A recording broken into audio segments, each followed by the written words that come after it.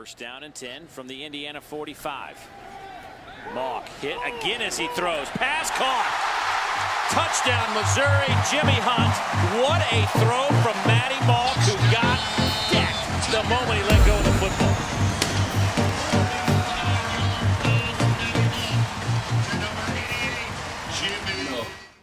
Last semester,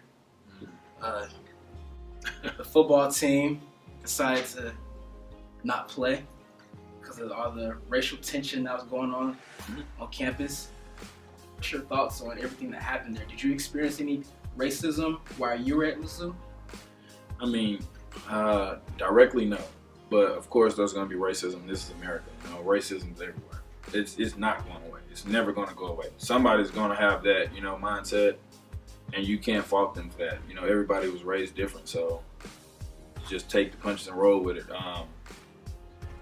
I supported the guys for making that movement. That let them know how much power they have. This is a business for sure. When you're a student athlete, this is a business. You get a full ride scholarship. It says full ride. A lot of people think that you're just giving all this money to get an education and live free, but you're not. Your scholarship is renewed yearly, so it's all based off your performance. Can this guy produce for the team? And if the coaches don't feel like you're not living up to your standards, they can cut your scholarship down. It's a yearly thing. Like, you get that full ride for a year, and then that can continue for the next 4 or 5 years. So it's not just that. So I think it was a business move, and the guys understood that.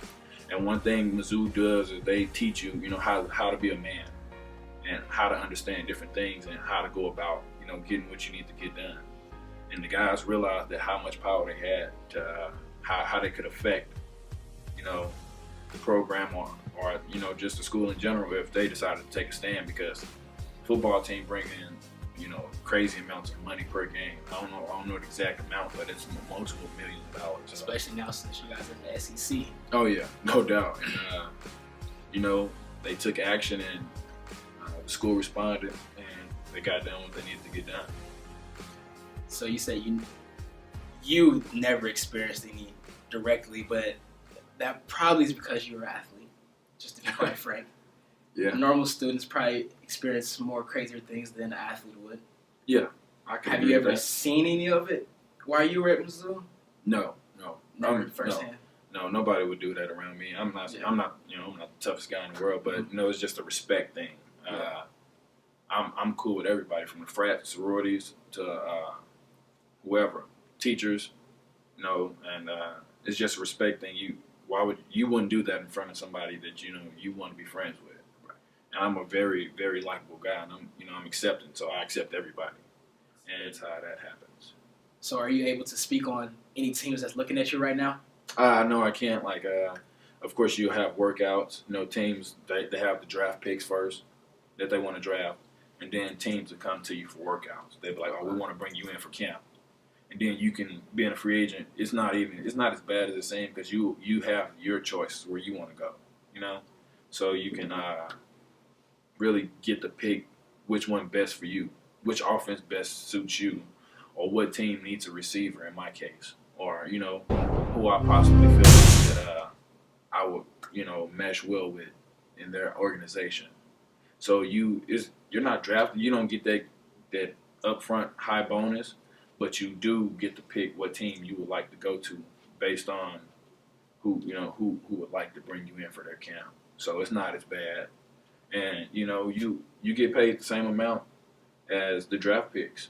Only thing is, a draft pick, he get a higher signing bonus.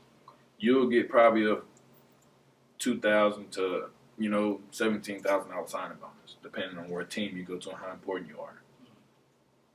But every rookie get a standard contract, and that standard contract, everybody's going to make the same amount. But the only thing that makes that draft pick more important to you is that his signing bonus was a lot more. So for future football players out there, just know that it's not a bad thing to be a free agent.